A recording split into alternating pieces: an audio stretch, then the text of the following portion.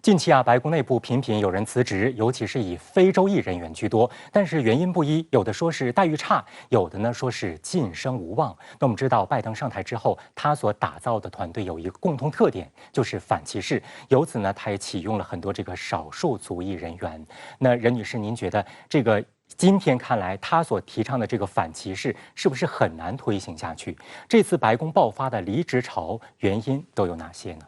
那我们知道华盛顿这个地方，它的生活成本还是比较高的。那么这些初级员工，他们的年薪大概是4万8千元左右，所以对于这些员工来说，他们的这个生活的压力会比较大，这是他们离职的一些技术性的或者生活方面相关的原因。那么结构性的原因就是呢，它跟整个美国的这样的一个离职潮的大背景是离不开的。我们知道，从2021年的6月份开始他们这个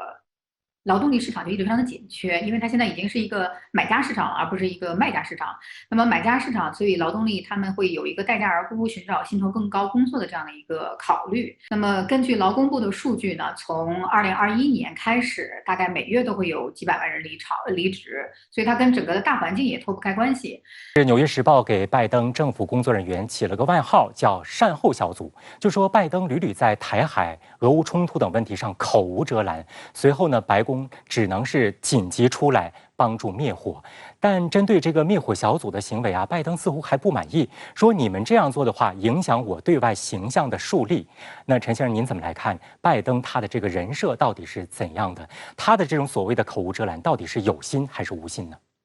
网上有人开玩笑称这是一种叫做战略口误的一种方式，非常的好笑。但是无论如何呢，它确实提示了一些我们新的这样的思考的方式。我更愿意从一个比较学理的方式来看待这样的情况。哈佛大学的格拉厄姆·艾利森教授在《决策的本质》这本书中提出了3种分析外交政策决策的方式。第一种呢是把这个国家想象成一个理性的主体，但是我想拜登的这一系列的做法，尤其是和工作人员之间这样的一种分歧，其实向我们表露美国外交政策的这个决策可能更接近第2种或者是第3种的这个分析的方式所揭示的那样。第2种是用这种组织分析模式，把这个政府中各种组织的分歧意见放在一起。第3种呢，就更认为这种外交政策的这个决策中有各种主体进行博弈，并且像是一幅拼贴画。我想拜登政府如果总是给外界树立这样的一个印象，可能也不太利于别的国家和美国政府打交道，因为这个大大增加了外交政策中的一些不确定。近期包括《纽约时报》、美国全国广播公司、政治新闻网站纷纷对拜登的执政做出了负面评价，甚至把他和上届总统，也就是他死敌特朗普来做比较，说他现在的支持率比特朗普当时还要糟糕。他目前这个支持率低，到底是什么原因造成的？第一个，我认为非常重要的一点是美国政治的结构性因素。那是因为美国的政治极化是日益的严重，也就是说，哪怕民主党对于拜登的支持率，这些民主党的这个党员或者说是民主党的支持者对于拜登的支持率，总体上是比较高的。但是因为这样一种结构性的因素，那么就使得拜登的总体支持率很难越过50%这样一个党派对立的这样一种情况。我觉得这是一个结构性的因素。换言之，哪怕对未来的总统来讲，只要这种政治极化现象持续下去，他的支持率在全国层面的总体支持率，创下新高，或者是有较高的支持率，恐怕是一种奢望。拜登上任即将满18个月，白宫正在经历一段不同寻常的工作人员大调整。根据美媒报道，数周之内，白宫新闻处的2/3人员、新冠疫情应对小组的大部分人员，以及总统的2名副顾问，甚至还包括管理白宫推特账号的工作人员，纷纷离职。今年是美国中期选举年，特殊节点之下，究竟是什么原因让他们急于离开白宫？为何白宫强调离职潮与拜登支持率无关？白宫的大辞职会否冲击到拜登的中期选举呢？一起来洞察关键。On a sad note, our dear friend and colleague, Michael Gwynn, will be leaving us for Treasury. I know we keep announcing people leaving, but we actually have people coming. 这已经是白宫新闻秘书卡里娜·让皮埃尔一天内第3次告别白宫同事了。据美联社报道称，这是白宫大楼本月不断上演的情景，而且员工在以创纪录的速度跳槽。实际上，首次离职潮在去年12月已经爆发，时任美国副总统哈里斯的首席发言人桑德斯宣布离职，转战媒体领域。紧接着是当时哈里斯的资深幕僚弗洛诺伊、艾蒂恩等人相继离职。此外，白宫国家安全会议前资深主任艾提姆、网络互动办公室前主任崔波等10余人也已离职，而白宫副法律顾问康利、经济顾问委员会助理格里芬等人也计划在未来几周内离职。拜登在上台之初便致力于打造一个多元化、反歧视的白宫团队，因此白宫内部有着来自亚裔、非裔等不同肤色、不同种族的员工，也有不少女性职员。但是，美国《纽约邮报》网站报道，根据一份报告，自去年底以来，白宫已有20多名非洲裔员工离职，美媒将这种现象称为“非洲裔退出”。美国政治新闻网站援引了9名白宫在职非洲裔官员和前官员的话报道称，虽然有些人离职是为了追求更好的职业或教育机会，但其他人则将人员流动归咎于缺乏指导和晋升机会。这些在职工作人员普遍抱怨，工作很多，但没有上升通道，因此在工作中经常感到被边缘化。另一方面，部分人员则对非洲裔美国人群体面临的问题缺乏关注而感到沮丧。一位在职白宫助手称，当10名非洲裔在布法罗枪击案中死亡时，生活一切照旧，没有人停下来问你还好吗？白宫非裔官员应当分成高阶和低阶这样2类。在高阶官员中，非裔的这种官员最初大概是占14%左右，那现在离职了5位。需要指出的是，其中有3位其实是副总统哈里斯的下属，这可能反映出哈里斯在处理非裔下属的问题上可能出现了问题，不完全是他们对拜登的态度。那引发非裔离职的另一个原因呢，就是白宫公共参与办公室主任塞德里克·瑞奇蒙德他的离职。那瑞奇蒙德本来与拜登有很好的私交，同时他与国会的非裔党团有很深厚的联系，所以在白宫非裔官员中，瑞奇蒙德有很高的威望。他的离职一定程度上也打击了白宫非裔官员的一些士气。除此以外，工作时间长、士气低落、收入相对较低等因素，也是白宫工作人员离职的原因。去年7月，白宫曾公布一份2021年度员工薪酬报告。报告显示，白宫雇员共有560人，平均年薪9.5万美元。其中，年薪最高的是移民政策顾问莫莉·格鲁姆，年薪为185656美元。最低年薪则是新冠疫情协调员及总统顾问杰弗里·齐恩茨，年薪为3.6万美元。齐恩茨已于今年4月辞去职务。此外，在560名员工中，还有41人从事咨询工作，不拿工资。美联社称，许多白宫离职人员去了其他联邦机构，这些机构的财力比总统行政办公室要雄厚得多，在那里工作，通常薪水会翻倍。另一方面，新冠疫情也削弱了白宫工作的一些福利，工作人员带亲属参观白宫的机会也大大减少。在拜登执政的第1年，大多数工作人员甚至不能站在白宫南草坪的车道上，看着总统乘坐海军陆战队1号专机抵达或离开。实际上，近期白宫工作人员为了给拜登收拾烂摊子，也颇为焦头烂额。《纽约时报》就给拜登幕僚取了一个名字，叫做“善后小组”。每当拜登信口开河时，白宫就会派出例行善后小组，试图把话给圆回来，强调拜登的意思只是个人情绪的表达。最典型的例子是拜登最近在台湾问题上的表态，多次声称美国会在军事上协防台湾地区。此言一出，白宫不久后就会出面灭火，澄清这番言论不代表美国对台政策改变。For God's sake, this man cannot remain in power. 拜登关于普京的言论也惹了大麻烦。这句“普京不能继续执政”被认为是美政府正寻求在俄罗斯搞政权更迭。白宫随后表示，这句脱口而出的话是拜登在华沙与难民互动时的一种情绪化反应，并不是寻求推翻俄罗斯现有政权。NBC 报道称，拜登日渐对白宫善后小组试图淡化他的言论感到不满。在拜登看来，敢讲是他最有利的资产之一。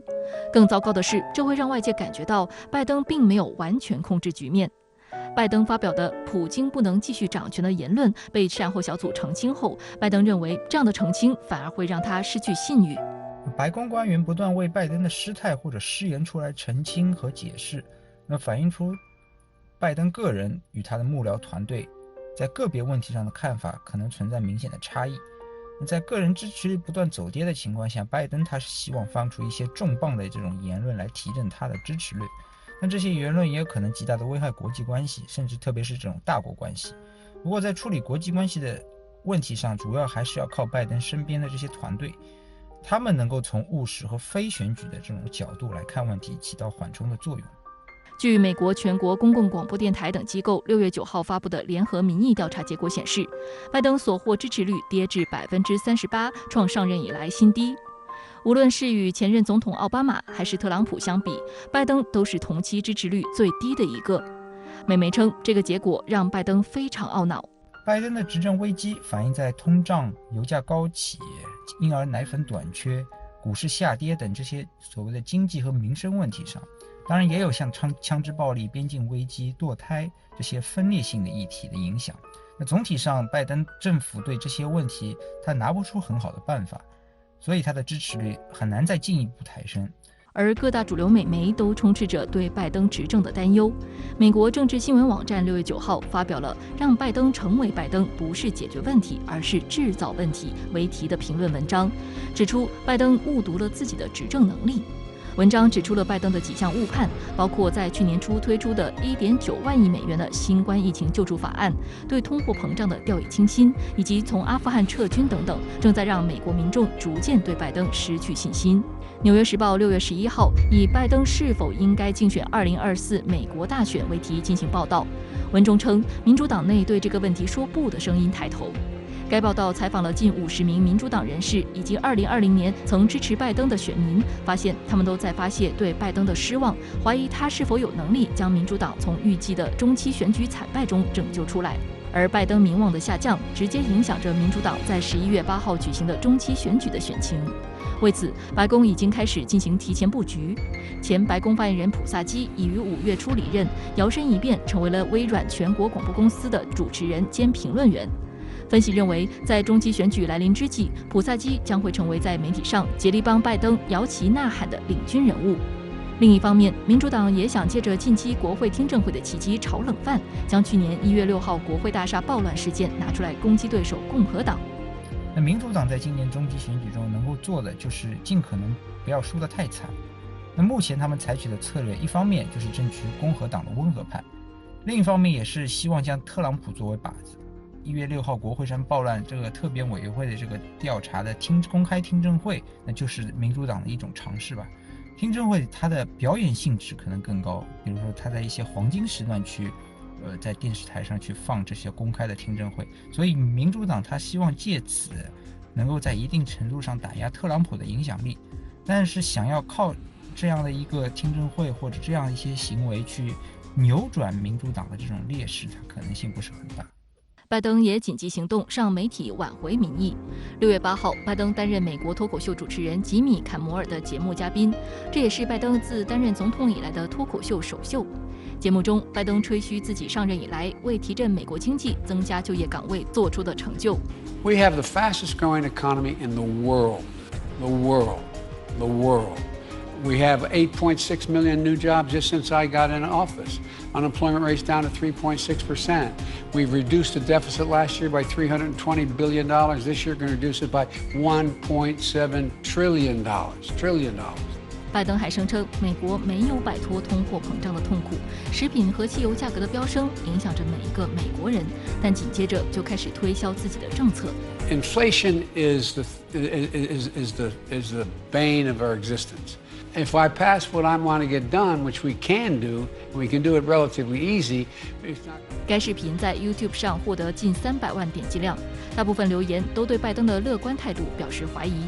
一名网友称，这段对话提醒人们，这个国家的掌权者是多么与现实脱节。那日前，拜登频频在讲话当中呢，将物价上涨、电力供应短缺，还有这个高通胀等甩锅给俄罗斯。拜登还发明了一个词叫“普京涨价”。他说，俄罗斯是造成美国经济目前问题的罪魁祸首。任女士，您怎么来看这个事儿？能赖到俄罗斯头上吗？俄乌冲突或者说普京，它可能只是目前全球通货膨胀的一部分原因，但也不是主要的原因。因为早在俄乌冲突开始之前，美国的这个价格就已经开始大幅上涨了。1月份的时候，这个通胀的重要指标，也就是消费价格指数，当时已经达到了7.5%。所以说，它是其中的一部分原因，但主要的原因还是美国内部的这个财政政策和货币政策。因为我们看到，就是其他的发达经济体，它也面临了同样的问题，国际大环境是一样的，都有供应链中断的问题、供需不平衡的问题。但是，4月份欧元区的它的通胀率是7.4%仍旧是低于美国这样的一个通胀率的。所以，美国本身的财政政策在一定程度上导致了他们的这样的一个高通胀。在去年的大部分时间里，白宫和美联储都一直在淡化通胀风险。他们说涨价只是暂时的现象，美方一直都没有直面问题，这到底是一种误判，还是另有其他原因？为什么拜登政府到目前为止还没有找到一个解决高通胀的最好的方案？对于拜登政府来说，为了刺激经济和增加就业，一定程度上的通胀是可以承受的。何况量化宽松的货币政策还会带来美国这个股市的景气。当时有民调显示，90%的选民都担忧生活成本的上升。但是呢，美联储当时是刻意的淡化这个通胀的风险，称当时的通胀超过预期是因为二手车等少数商品及服务价格的暂时性的大幅上涨。然而，美国政府误判了价格上涨并非是暂时的现象。耶伦的最近的讲话也承认了对此是有误判的。所以，当高通胀持续达到一定程度之后，又会反过来冲淡了拜登政府的经济成就，使得高通胀问题显得突出。那一旦美国的这个通胀问题高烧不退的话，会形成这个美国国内的经济衰退吗？这又对拜登的这个执政会带来什么样影响？那么事实上，我们几乎可以下一个这个定论：如果在未来3个月左右的时间，美国的通胀还是比较严重的话，哪怕是这种通胀率在现有的高点上有所回落的话，只要通胀不能够得到有效控制，那么民主党失去中期选举将是大概率事件，甚至是必然的事件。6月11号，美国全国各地同时举行了450多场声势浩大的游行抗议，仅在华盛顿特区就有4万多名示威者走上街头。这场全国性游行有一个朴素的名字：为我们的生命游行。诉求只有一个，就是让人民的生命权免于枪支的侵害。近期发生在德克萨斯州尤瓦尔迪的校园枪击案和纽约州水牛城种族主义枪击案，深深震动了美国社会，揭开了美国政府多年控枪无效的伤疤。截至到6月12号，美国本月内仅6月6号一天没有发生大型枪击案。所谓的大型枪击案，还只是统计4名死伤者或以上的恶性案件。而在刚过去的周末，美国7个城市共发生了7宗大型枪击案，造成最少5死27伤。若任由事态发展，相信拜登政府会陷入到严重的信任危机。What do we want? Justice. When do we want it? That's right, y'all. And it's time that we get justice. It's at the forefront of my mind every moment with my students, their safety, but also how we can advocate for change for them because they deserve better. It has taken me 33 years to put my life back together after my son died, so I don't wish that on anybody. 6月11号，美国控枪游行的民众聚集在国家广场，手持标语，高喊口号，谴责大规模枪击事件的猖獗。在游行人数最多的华盛顿特区，市长鲍泽也现身集会，呼吁两党制定符合常识的枪支法律，包括对购枪者进行强制性背景调查和禁止使用突击步枪等。在他的身后，身着红衣的民众拿着“不要转移视线，立刻通过枪支安全法律”的标语。据美国网站枪支暴力档案馆的数据，截止到6月11号，今年美国已经发生了270多起大规模枪击事件，平均一天超过1.5起，超过1.8万人死于枪支暴力。这个数字还不包括持枪袭击单个受害者的案件。实际上，美国枪患痼疾难解，牵涉诸多因素。民主、共和两党在控枪问题上分歧严重，致使美国国会20多年来未能通过任何重大的联邦控枪法律。除了因为美国有一批拥枪支持者，国会对控枪法案的分歧还与利益集团有关。美国全国步枪协会是美国影响力最大的游说组织之一。它的总部大楼里唯一对外开放的部分是著名的火器博物馆。它共有15个展示，收藏着3000件曾经叱咤美国各个历史时期的著名枪械和部分外国名枪。其中，前总统收藏专区更是显示出这一协会与美国政界的紧密联系。在美国历史上，包括罗斯福、肯尼迪、尼克松、老布什等9位总统曾是该协会的会员。而上一任美国总统特朗普还在今年5月27号参加了美国全国步枪协会大会。数据显示，美国全国步枪协会在2016年总统选举中捐出的竞选资金高达5440万美元，为特朗普砸下的就有3000万美元。除了白宫，国会山是美国全国步枪协会用金钱渗透游说的另一个目标。据美国哥伦比亚广播公司统计，在2011年年初，美国国会女众议员加布利埃勒·吉福兹被枪击后的5年内，国会曾提出过100多项控枪法案，但没有一项最终获得通过成为法律。而美国有线电视新闻网2018年的一项统计，或许可以为此做出解释。当时 CNN 对美国国会2院的535名成员进行过统计，结果显示，其中有307人直接或间接从美国全国步枪协会及其附属机构获得过资金支持。例如，美国共和党籍参议员特德·克鲁兹被爆出曾在2016年从拥枪组织获得超过36万美元的资金支持，在前20名国会议员排名中高居榜首。他曾多次辩称提出控枪法案毫无意义。作为美国总统，拜登在当前的法律下也显得有心无力。5月24号，德州罗布小学枪击案发生当天，拜登刚刚结束亚洲之行，乘机飞回华盛顿。得知罗布小学枪击案后，拜登决定要在当晚向全国发表讲话。据 CNN 报道，一位白宫高级官员称，拜登在空军1号上亲自参与了演讲稿的撰写。I am sick and tired of it. We have to act. And don't tell me we can't have an impact on this carnage. 这番言辞足以看出拜登对枪支暴力的愤怒和对控枪的决心，但是随后几天，在记者的追问下，他却表露出了受当下法律限制的无可奈何。But I can't outlaw a weapon. I can't, change the background step. I can't do that. 美国《纽约客》网站的评论文章指出，几乎可以肯定，拜登的呼吁控枪不会产生行动，这说明了一个更严重的问题：总统领导力究竟意味着什么？除了控枪问题难以解决，奶粉荒也已经困扰美国多时。截至6月12号，全美有9名儿童因食用疑似受污染奶粉死亡。今年2月，雅培公司大规模召回问题奶粉，并且关停了涉事工厂。此后，美国出现了严重的奶粉荒，至今仍在持续。在5月22号至29号期间，加利福尼亚州、佛罗里达州、路易斯安那州等9个州的配方奶粉缺货率达到90%。美国全国的配方奶粉缺货率已攀升至73%以上，许多家长愤怒控诉，在美国买枪比买奶粉容易。更令美国人愤怒的是，美国政府对于这一危机反应极为滞后，甚至无视了专业人士的警告。事实上，直到5月16号，美国食品药品监督管理局 FDA 才宣布将允许海外婴幼儿配方奶粉进入美国市场。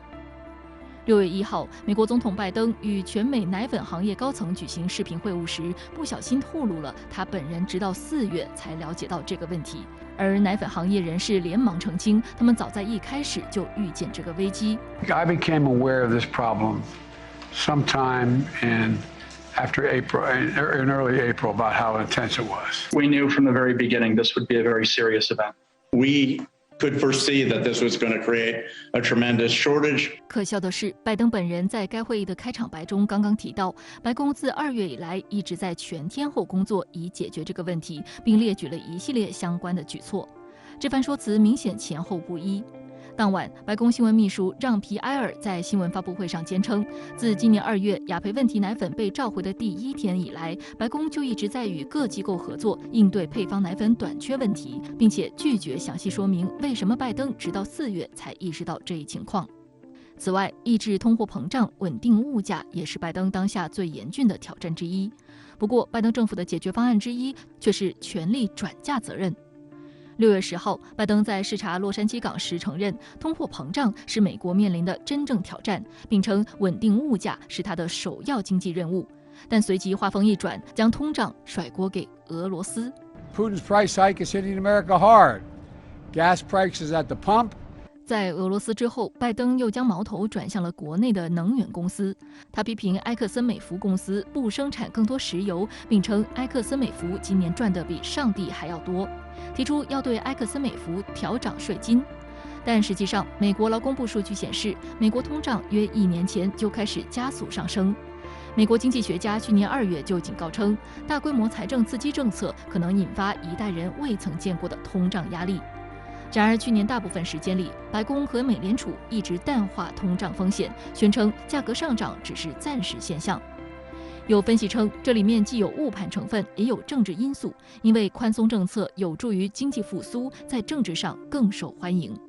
美国民众对于拜登的作为并不买账。纽约邮报6月10号发表题为“拜登称通胀是经济的头等大事儿”，接着开始怪所有人的文章显示，一项民意调查发现，64%的美国成年人不赞成拜登的经济政策，34%的人表示通胀是最紧迫的全国性问题。除了面对国内问题焦头烂额，拜登近期在外交方面也频频碰壁。6月10号，第9届美洲峰会在洛杉矶落下帷幕。这是美国自1994年在迈阿密举办首届美洲峰会后第2次坐庄。但是，美国在会前单方面宣布，因所谓民主问题，将不邀请古巴、尼加拉瓜和委内瑞拉领导人参会。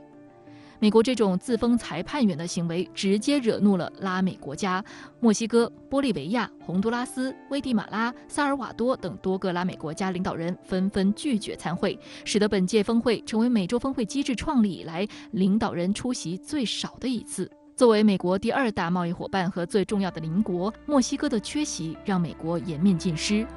墨西哥总统奥夫拉多尔专门召开记者会，控诉美国的排他性行为。I believe we need to change the policy that has been imposed for centuries, a policy of exclusion and dominance that disregards the sovereignty of other countries. 即便是参加了峰会的美洲领导人，也没有给美国好脸色看。作为今年拉美和加勒比国家共同体轮值主席国，阿根廷方面直接表明，参会是为了将古巴、尼加拉瓜和委内瑞拉的声音带到峰会上，并强调说，我们想要的肯定是另一种样子的美洲峰会。Quisiera dejar sentado para el futuro que el hecho de ser país anfitrión de la cumbre no otorga la capacidad de imponer el derecho de admisión sobre los países miembros del continente. 6月13号，中国中央政治局委员、中央外事工作委员会办公室主任杨洁篪同美国总统国家安全事务助理沙利文在卢森堡举行了会晤。杨洁篪指出，美方应该端正对华战略认知，做出正确抉择，把拜登总统的4不一无意的表态转化为实际行动。那么这一次会晤，中方表态透露了哪些潜台词？这样一个会晤的时机有什么样的特殊之处呢？从积极的角度来看呢？它毕竟是中美双方外交和战略团队的一次非常有效的接触会晤，但是呢，这样一次会晤呢，其实是有发生在一个比较特定的情况之下，那就是一段时间以来啊，这个美方在这个涉台问题上是屡屡出格。我们如果把今年以来杨洁篪主任和沙利文在双边场合的这种会晤啊进行一个梳理，就会发现，那么这个从我们的外交措辞来讲，应该是对中美关系越来越不满意，对美国的对华政策是越来越不满意。有2个词是比较这个引人注目的，第一个是在台湾问题上，就是不要出现颠覆性的问题，而颠覆性的冲击我们都知道，那么最严重的情况下就可能发生战争，中方必须要把这个话说得非常的明确。第2个关键词就是中美关系处于一个关键性的十字路口，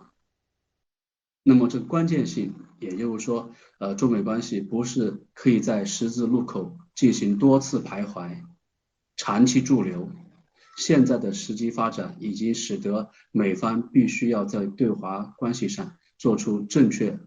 的选择。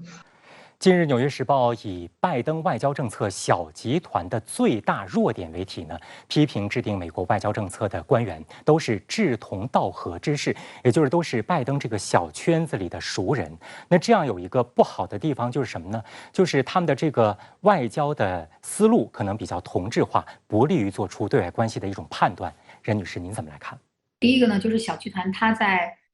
美国的对外政策上，它缺乏回旋余地。因为这些小集团或者说这些同质化的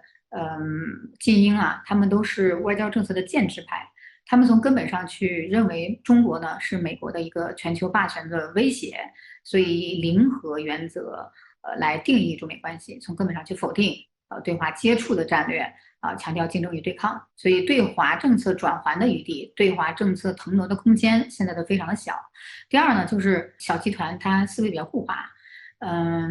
他就陷入了对华强硬是新的政治正确这样的一个逻辑陷阱。所以他第一是无意愿改善，第二是无能力去改善或者是塑造中美关系正常发展的一个舆论和社会环境。比如说，但在是否取消对华关税上，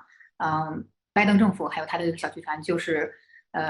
骑虎难下，因为他也担心遭受共和党对华软弱的这样的一个指责和批评。美国近期传出正在研究取消对华加征关税事宜，那中国商务部就对此回应表示，取消加征关税将有利于中美两国，有利于整个世界。不过呢，也有质疑的声音认为，其实美国取消或者是部分取消对华加征关税，也只是为了缓解当前的这种高通胀的情况，也是一种短视行为，而不是那种从长远的角度出发来去重新的去对华有一个正确的认知，或者是去修复中美关系。怎么来看？我们呢还是要看到积极的一面，那就是如果美方真的最终是更大幅度的这个豁免，甚至是取消对华征收的不合理的关税的话，这对于中美关系的发展是有利的，对于中国本身的经济发展也是有利的。在这个意义上呢，我们要乐见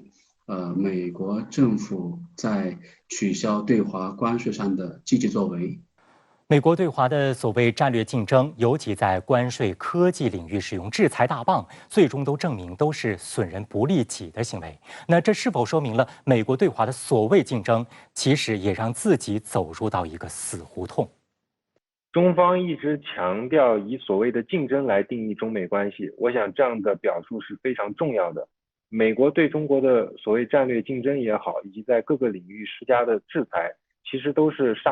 所谓杀敌1000自损800，有些时候甚至是杀敌800自损1000的一个做法。至于说是否让美国自己走进了死胡同，我觉得这个取决于两国是否能够把自己的国内的事情治理好。我想这才是对两个大国来说真正的考验。从中国国务委员兼国防部长魏凤和与美国防长奥斯汀在相会的会晤，到中共中央政治局委员、中央外事工作委员会办公室主任杨洁篪与美国总统国家安全事务助理沙利文在卢森堡会晤等等。那近期呢，我们可以看出中美互动不少，尽管当中呢也不乏交锋。那中美近期的这些互动释放了哪些信号？如何来预判中美关系未来的走向呢？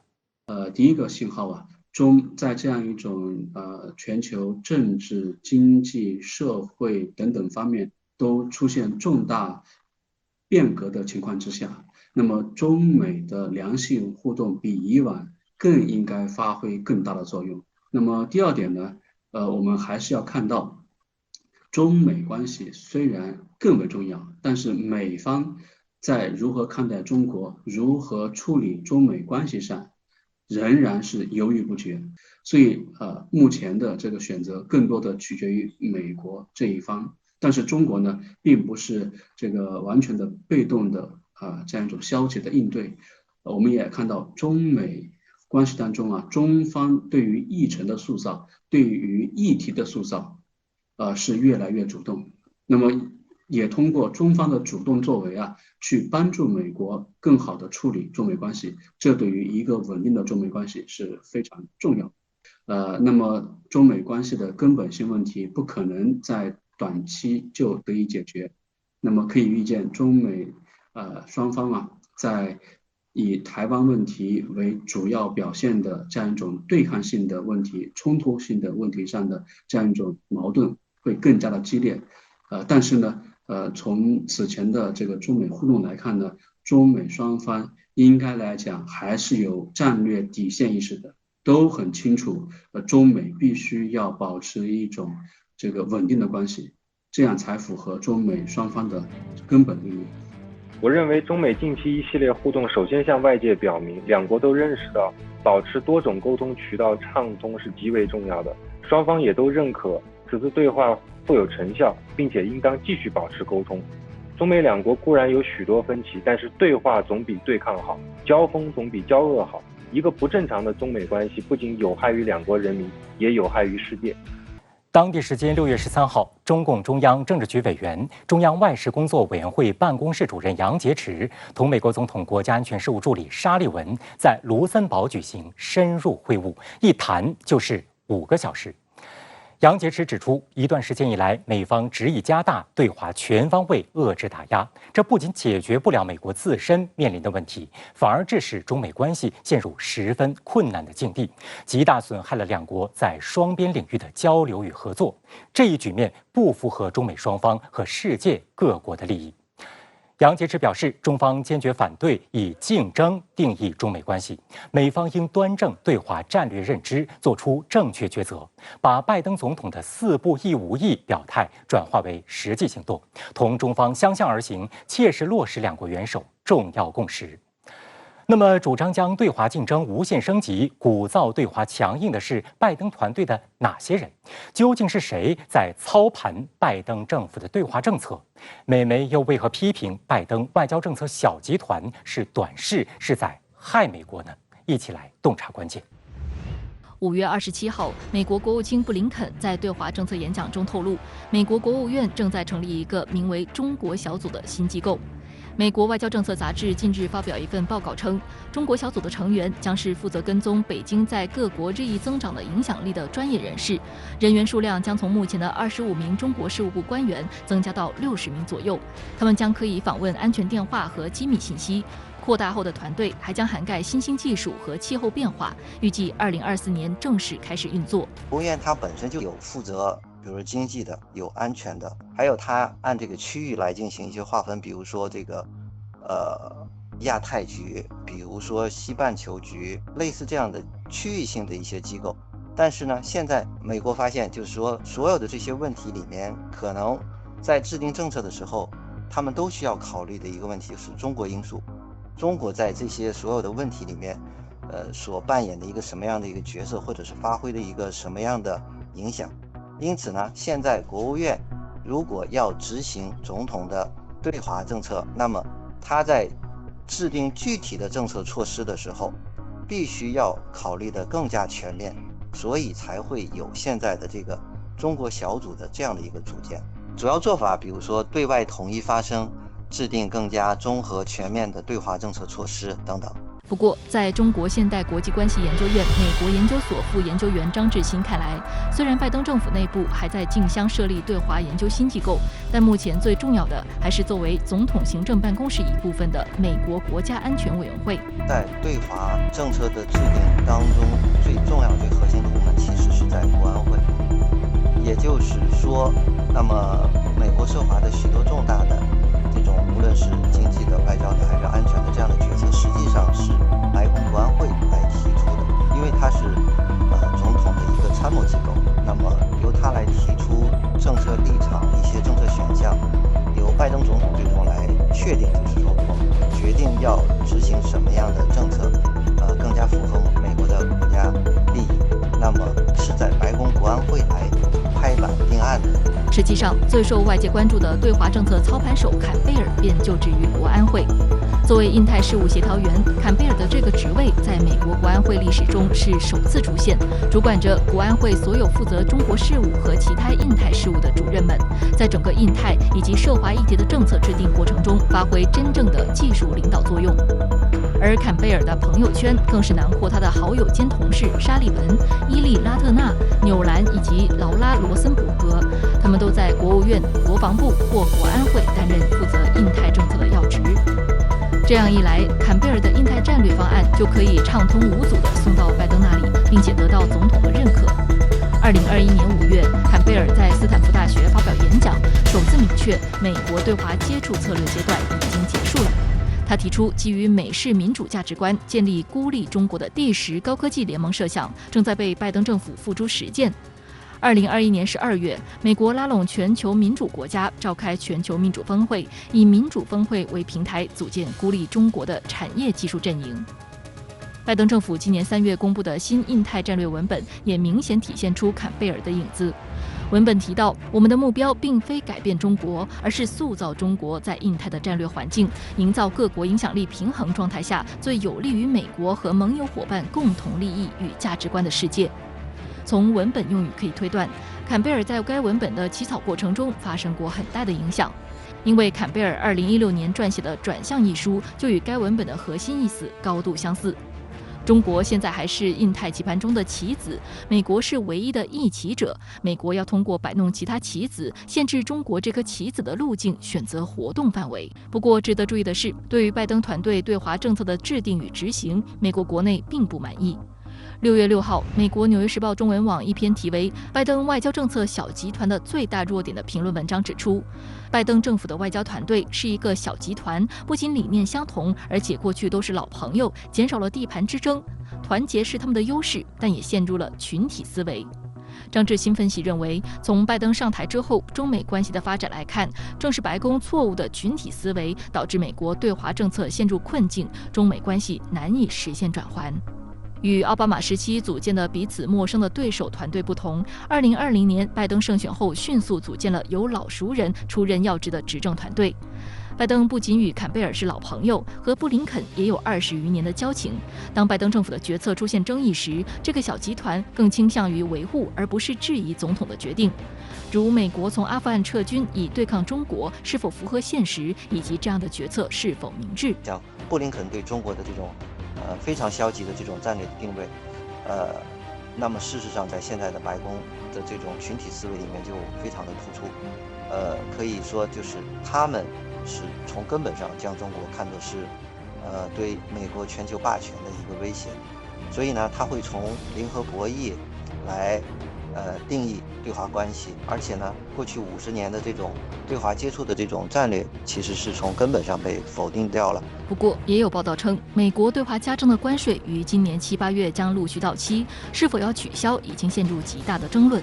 有知情人士近期向美国媒体爆料，在一次白宫内部会上，美国贸易代表戴奇当着其他人的面指责沙利文故意向媒体泄露假消息，削弱他的权威，干扰他正在进行中的对华贸易评估。言辞之激烈，令在场的商务部长雷蒙多等人震惊。美国对华关税政策的分歧被媒体曝光，这也成为拜登小集团罕见的分歧外露。有分析就指出，财政部和商务部更多地代表了华尔街及美国商界的利益，对美国经济和金融危机的感受更加深切，也深知与中国进行宏观政策协调的重要性。这与外交与国安团队小集团的利益存在冲突。这些人均从经济考量安全化的思维出发，将一切经济活动置入国家安全的视角，大大增加了经济运行的成本和代价。不过，6月5号，雷蒙多对外表示，拜登已经下令研究取消部分对华关税，主要涉及日用品。6月14号，美国 Axios 网站报道称，有知情人士爆料，拜登上周在白宫椭圆形办公室与内阁主要成员会面时表示，他倾向于从特朗普时期对中国输美产品加征关税的清单中移除一些产品。对此，中国外交部发言人汪文斌6月15号回应，在全球通胀高企的形势下，从企业和消费者的利益出发，取消全部对华加征关税，有利于中美两国，有利于世界。我认为拜登政府他最终做出的一个选择必然是一种妥协，可以讲说对华加征关税是损人不利己的一个行为，但是我们知道今年是中期选举年，那么这个民主党政府它不能够在对华政策上示弱，那么如果示弱的话，会受到这个共和党的抨击，那么会影响到年底民主党的这个选情。